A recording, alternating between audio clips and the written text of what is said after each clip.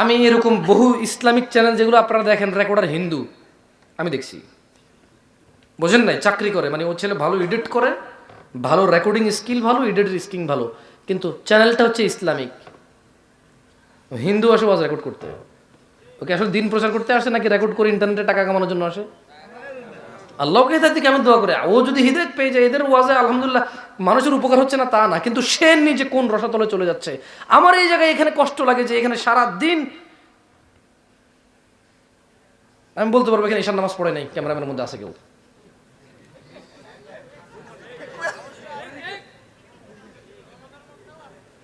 আজকে ওয়াজ চলে কয়টা থেকে? মাইক চালু হয়েছে কবে থেকে? পোলাপেন গজল টজল গায় না আসর, মাইকম্যানদের মধ্যে আছে বেনামাজি এখন, কিন্তু আসর থেকে এটা সামলাচ্ছে এই ওয়াজের।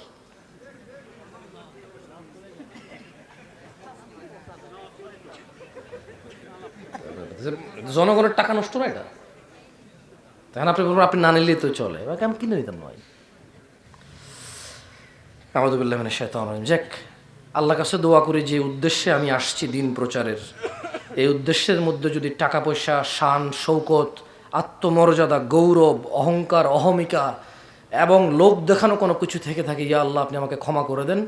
আমার ভিতরের যতটুকু অংশ দিন প্রচারের আপনি তা কবুল করে নেন, এবং আমার ভিতরে যা অন্যায়, যা আপনার ইজ্জতের সাথে যায় না, তা থেকে আপনি আমাকে পরবর্তী সময় আশ্রয় দান করেন আল্লাহ। আমি আল্লাহর কাছে দোয়া করি, আর আমি আল্লাহর কাছে এই দোয়া করি আপনাদের জন্য, আপনারা দোয়া করেন আল্লাহর কাছে যে ইয়া আল্লাহ এই মাহফিলে এসেছি, আসর থেকে মাইকগুলো চলতেছে, মাগরিব থেকে কেউ না কেউ কিছু বলছে, এখন বাজে রাত প্রায় 12টা, হয় বসে শুনেছি, নালে উঠে শুনেছি, নালে দোকানে শুনেছি, নালে ঘরে শুনেছি, নালে রাস্তায় হাঁটা অবস্থায় শুনেছি, সেই মাগরিব থেকে তো শুনতেই আছি। ইয়া আল্লাহ এখানে যা তোমার করণীয় ও বর্জনীয় তা তুমি মেনে চলো, তৌফিক দান করে দেবো, আপনারা করেন আল্লাহ কাছে। আর এই ক্যামেরাম্যানদেরকে বলবো,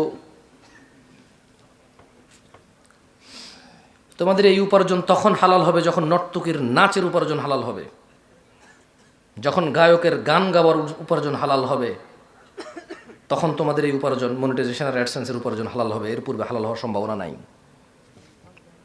আল্লাহ আমাদেরকে বুঝে তৌফিক দান করুন, আমিন। আর তোমরা ভয় পাও আল্লাহকে।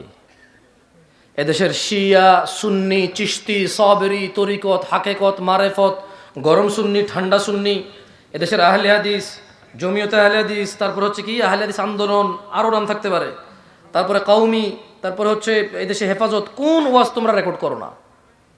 এদেশের এমন কোনো বক্তা আছে, মাহফিল আছে, এমন কোনো আইডিওলজি আছে যে আইডিওলজির বক্তব্য তুমি রেকর্ড করো না, তারপরে তোমার হৃদায়ত, তুমি হৃদায়তের কামনা করো না, তুমি আল্লাহর কাছে দোয়া করো যে ইয়া আল্লাহ আমার কি হয়েছে, এই হুজুর বলে ওই হুজুর খারাপ, ওই হুজুর বলে এই হুজুর খারাপ, সব ঠিক আছে, কিন্তু আমি তো সব হুজুরের ওয়াজ শুনছি, আমি তো এক জায়গায় স্থির হতে পারতাম যে কোন হুজুর ঠিক কয়। তারপরেও তুমি দাড়ি কাটো, এখনো সুন্নাহ বিরোধী কাজ করো, এখনো তুমি হারাম উপার্জনে লিপ্ত আছো, তুমি ভালো হবা কখন? এটা তো মসজিদের নিচে মেমোরি কার্ড পুরনো দোকানের মতো হয়ে গেছে। এদেশে দেখেন না মসজিদের নিচে দোকান, গান গান গান লোড করে।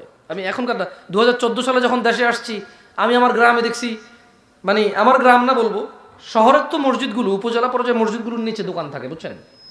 তো ওখানে ওই গান সিনেমা এগুলো লোড করেছে, 14 সালে কথা বলতেছি, ওরকম দোকান আছে মসজিদের নিচে। আমি চিটাগং যেখানে ছিলাম, মসজিদের নিচে সেলুন ছিল, সেলুন, কেউ ওটাকে হারাম মনে করে নাই।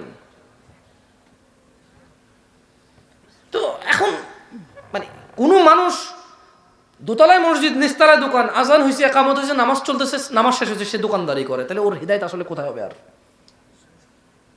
তো ও সারাদিন রেকর্ড করে, প্রত্যেকটা মাহফিল, এমন কোনো মাহফিল নেই যে পরিমাণ বাক্স দেখতেছি খুব বড় সড়ো মাইকম্যান হবে, টাকা পয়সা কম নেই বলে মনে হয় না, ও ভালো উন্নতি, মানে বিজনেস এটা ওর ভাই, হতে পারে বহু বিয়ে, গায়ে হলুদ টায়ে হলুদে টাকা পয়সা বহুত কমাইছে জীবনে, এবং এখন এত পরিমাণ মাইক তার ওর অ্যাভেলেবেল আছে, যে কেউ চায় হয়তো এখানে যে ওরে দিয়েই মাইকটা কাজ হোক, কারণ ওর ক্যাপাসিটি আছে, ডিভাইস আছে অনেক, ওর বিশাল বড় মাহফিল হলো অ্যারেঞ্জ করতে পারবে, টাকা বহুত কামাইছে। কিন্তু প্রতিদিন এই যে ওয়াজের সিজনে গায়ে হলুদের চেয়ে বেশি টাকা হচ্ছে ওয়াজে, এই জন্য গায়ে হলুদ না নিয়ে ওয়াজ নেবে, টাকার জন্য, হৃদায়তের জন্য না।